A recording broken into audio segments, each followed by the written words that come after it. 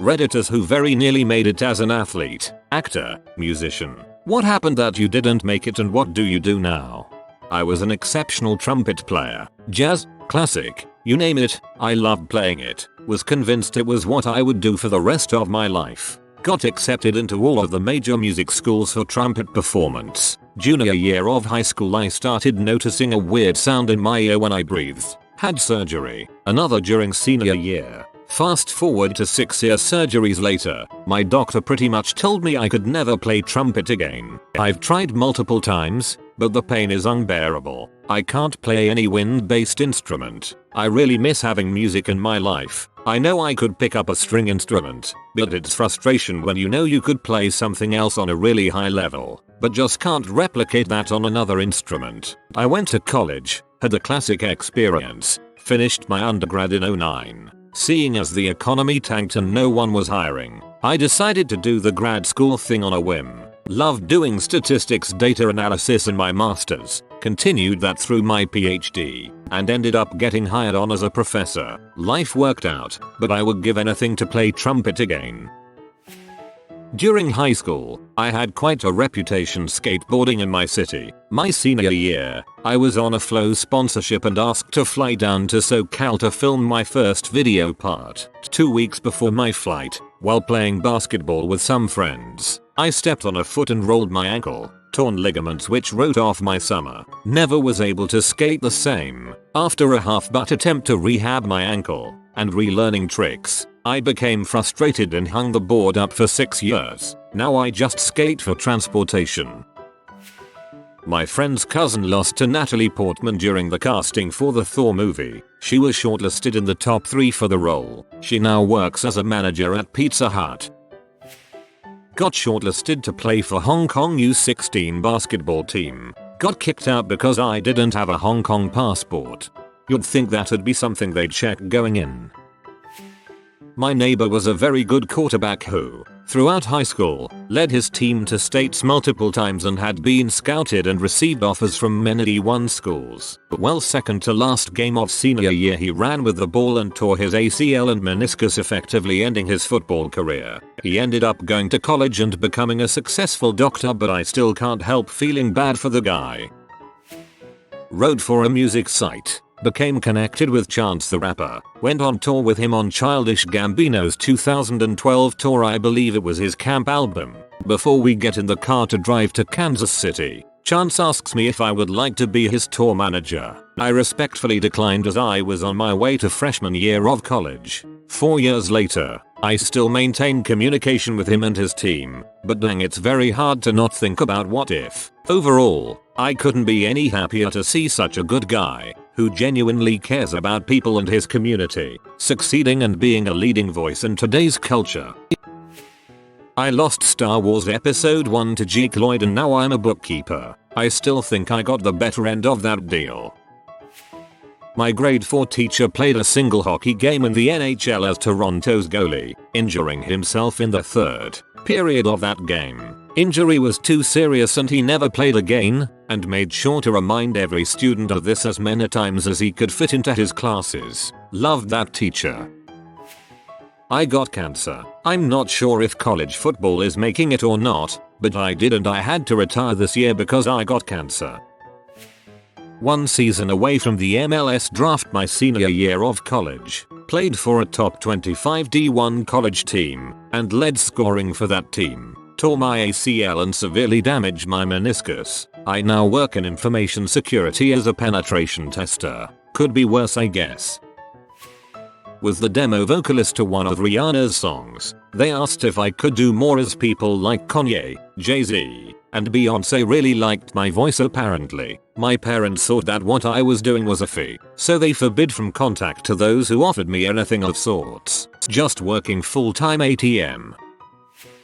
As a very tall 5th grader girl, I got cut from the Detroit leg of the children's choir for Joseph and the Amazing Technicolor Dreamcoat because I was taller than Donny Osmond, who was playing Joseph at the time. I'm into theater as a hobby now, usually playing character comedic roles to hide my 5th grade disappointment. I direct youth theater and acting classes as a side job. To add insult, Donny had a breakdown mid-run and another actor took over.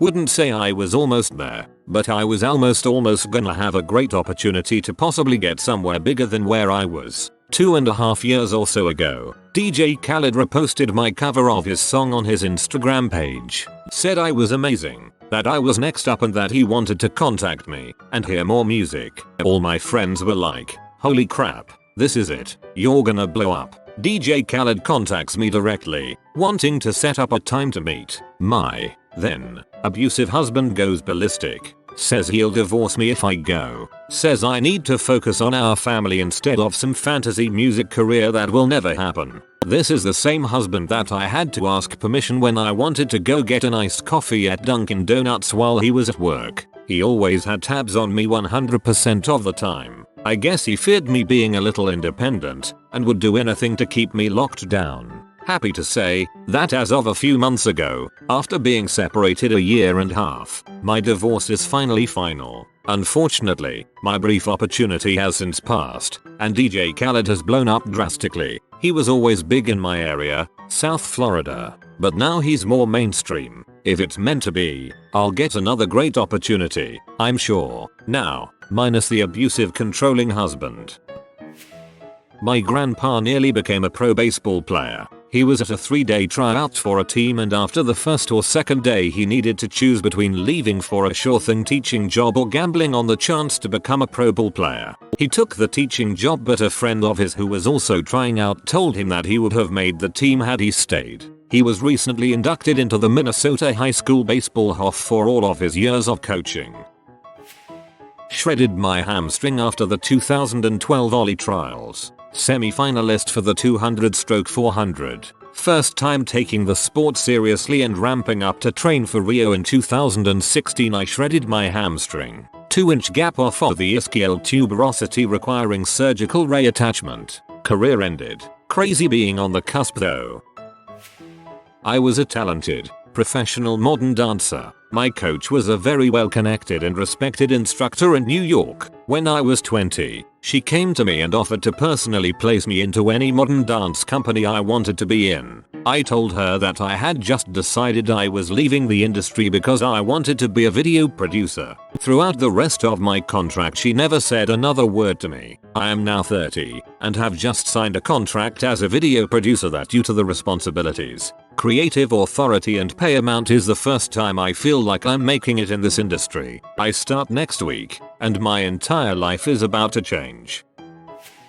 My uncle was in a band that was about as popular as the young Backstreet Boys, but they made it on the radio and he didn't. Now he has a super cool job, recruiting artists to judge for the Grammys. I met a guy once whose band was nominated for a Brit Award back in the early noughties, but they lost out to, as he put it, some other band. Coldplay I think they were called. I was an internationally competitive cellist from age 4 to 24. When I found my voice and realized what point of view I wanted to take as an artist, I was shunned by my mentors. The people who had groomed me for 20 years and who always awarded me top honors were shocked that I had my own artistic ideas. So I walked out in order to be myself. I found a better, non-musical way to make money so that my art gets to be unadulterated and unfold naturally over time. I am really proud of this decision, but I do miss my colleagues. Thoreau put it well when he said he'd rather have a pumpkin all to himself than have to share a velvet cushion chair. Artists need to be free to do their own thing. Metal musician here. Got as far as a record deal, recording for free, being paid for my songs, all the whiskey and smokes I could handle. Drummer left to move back in with his parents, and it took a few months to find a new one. Our new drummer spent about $180 at the bar every night before coming to practice. 2 months in he couldn't play any of our 14+ songs, and the label needed some action. I fired Drunky due to his drunken jacassery, and the lead singer quit due to the fact that they were friends. What followed was an uncontrollable downward spiral, him leaving out about 90% of the details in an effort to stay anonymous and not incriminate myself, and could probably write a book about this with the things I've seen. Now I work a stable job and write music on the side. Currently am gearing up to start a publishing company. I'm planning on recording my own music and selling it to my industry contacts. My ego no longer lusts for the stage. and I would rather enjoy creating art in my downtime with a glass of bourbon on my desk and my dog asleep on the floor beside me.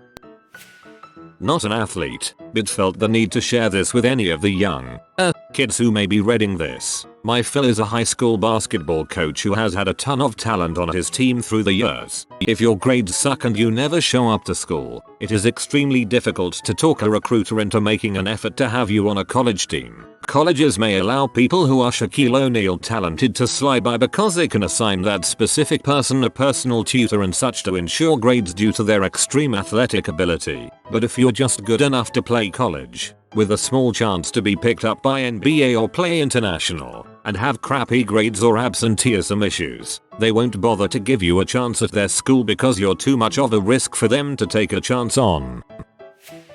Not an actor or anything, but my career is a fraction of what it could have been. I don't often tell people this, but shortly after graduating with my BS degree I was offered a position with a 3-letter agency. The position was a program management development program where I would work in different departments for a couple years, then I would be set up as a project program manager for a department. The offer was contingent on a high-level security clearance and a polygraph. And although I have no criminal history and everything was going fine with the clearance, I could not pass the polygraph. The offer was pulled and then the economy crashed in 2008 and I have been in and out of jobs ever since. I'm currently working as a lowly tech getting underpaid for the work I do. Was pretty involved with the improv scene in Detroit about a decade ago. Went through the Second City Conservatory and performed a few nights a week. My troupe was very strong and had great chemistry. One night after a performance I was approached by a woman who worked for Cartoon Network. She had a need for a voice actor for a show in Chicago. I couldn't believe my luck. Chicago is the mecca for improv. I could do my gig during the day and play at Iowa Second City at night. The show ended up not getting greenlit and that was that. I finished up an MBA and I am a RN. I have been writing and trying to create something in my spare time. If it's any good I'll throw it up on YouTube. My dad auditioned for the band that later became the Police. My uncle was also the founding manager of the Australia band Cold Chisel, and when my dad auditioned for them a while after my uncle became manager, they wouldn't let him join. He was only going to be like an understudy, for obvious reasons. I think my dad has had a few close calls with bands. Life of a musician, I guess. My mom was once approached by a man who claimed I would be perfect for a juice commercial he was trying to cast. She took his card, but ultimately decided not to call. Pervert alert, right? Turns out it wasn't a trick. He had wanted me to try out for a Welch's grape juice ad. The little girl who landed it looked so much like me that my brothers have actually tricked multiple people into thinking I was the Welch's juice girl. I'm 22 now, unemployed and not attending school. I babysit and house pet sit, and chauffeur my license-lacking brother and uncle around. I've got a few interviews lined up at a couple companies I like next week, so wish me luck. Former college athlete here. Everyone thought I had the ability, experience, and athleticism to make it pro, but drinking, partying and my overall attitude towards the sport changed. Once you get into D1 sports you soon realize that the sport you have played for 12 plus years and loved most of your life turns into a crap job. Juggling schoolwork, social life, and sports year round is stressful to say the least. Waking up at 5:30 for 6 AM lifts, class, practice, homework, studying takes its toll on you. The sport I loved to play eventually turned into something I dreaded. Seeing all your friends from high school in frats partying, having a good time and hooking up with very attractive girls while you're in the library because there is a 72-hour ban on drinking before games is awful. Now I never quit the team. I just started to care less and less and started to drink more often, and eventually that caught up with me and I just started to play horribly and inevitably lost my starting spot. But oh well, at least I graduated with a 3.5 in economics finance and have a successful life outside of sports. Not going to use names, but my buddy was supposed to play in the NFL. Played linebacker for the big college in my state for all 4 years. Instead of work out in the university's pro day, where players get scouted by pro scouts, he opted to go to a meeting Ray, some pyramid scheme type company, assuming he was already going to be drafted. Lo and behold, he wasn't drafted, never got a shot at a rookie minicamp and is now fully invested in this pyramid scheme thing. though I will say he's pretty much at the top of it, so I think he's doing alright.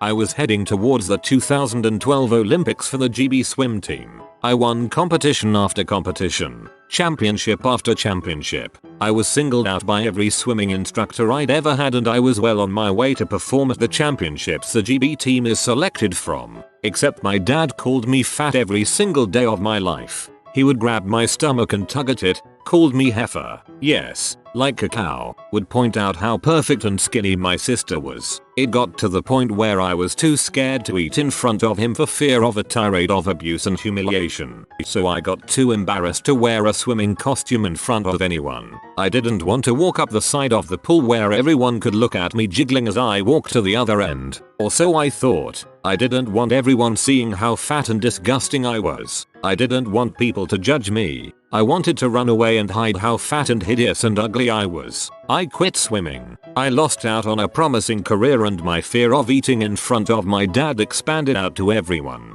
I would hide food and binge in secret, something that I still do. I get so angry at my father sometimes. Why would he treat me like that? I wasn't fat at all. No one who swam as much as I did could be fat. Now I weigh 250 pounds and barely leave my house because of the psychological damage he did. I haven't swum in years. I don't even take a swimming costume with me when I go on holiday. In fact, I haven't been on holiday for over 5 years because I don't want to have to wear clothing that would reveal how fat I am. Lesson to any father with teenage daughters, or sons, for that matter, don't tell them they're fat when they're freaking not. Especially when they have to parade about in a swimming costume 4 times a week.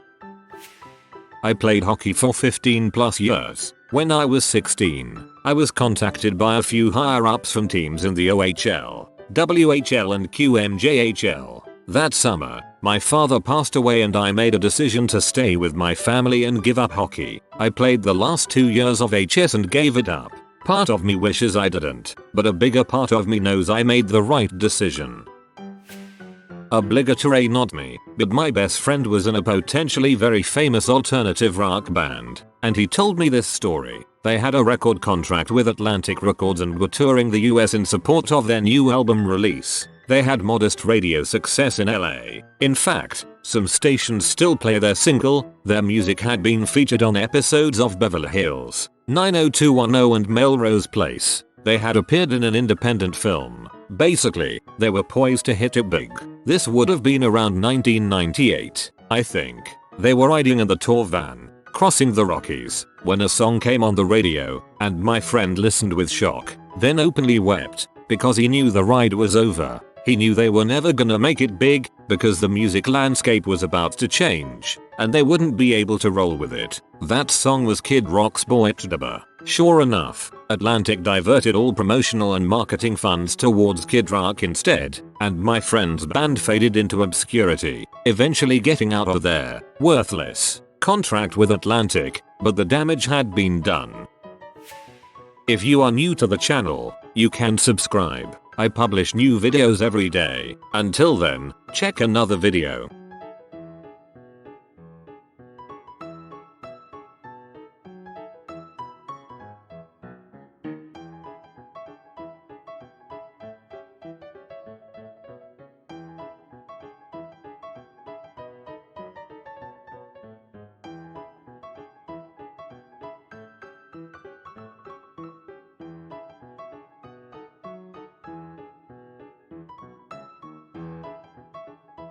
Bye for now.